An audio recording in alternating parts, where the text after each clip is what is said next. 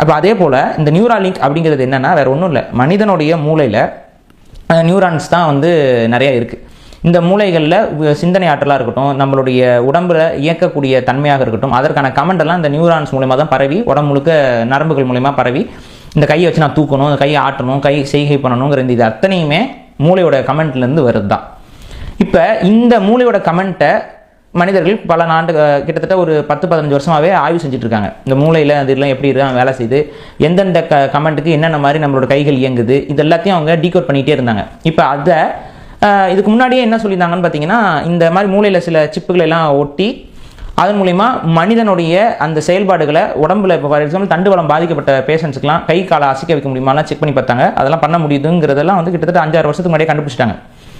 இப்போ இவருடைய தொழில்நுட்பம் என்ன அப்படின்னா, இதை ஒயர் மூலமாக பண்ணிட்டு இருந்ததை ப்ளூடூத் சிப் மூலமாக கொண்டு வராரு.